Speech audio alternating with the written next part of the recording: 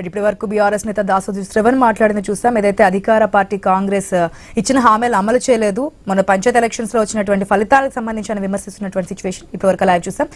మిగిలిన అప్డేట్ చూద్దాం. కర్ణాటకలో విందు రాజకీయాలు వేడెక్కాయి. ఇటీవల ముఖ్యమంత్రి డిప్యూటీ సీఎం ఢిల్లీ పర్యటనలు, బ్రేక్ఫాస్ట్ మీట్లు ఆసక్తిని రేకెత్తించాయి.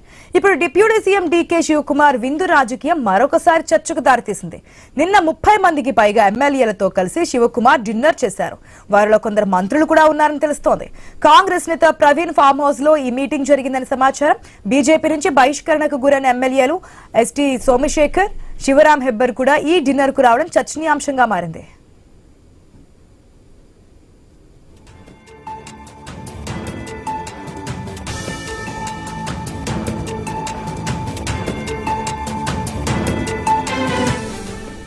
సీఎం సిద్ధరామయ్య, కొందరు మంత్రులు, పలువురు ఎమ్మెల్యేలతో కలిసి డిన్నర్ మీటింగ్ నిర్వహించిన తర్వాత రోజు డీకే కూడా అదే బాటలో నడిచారు.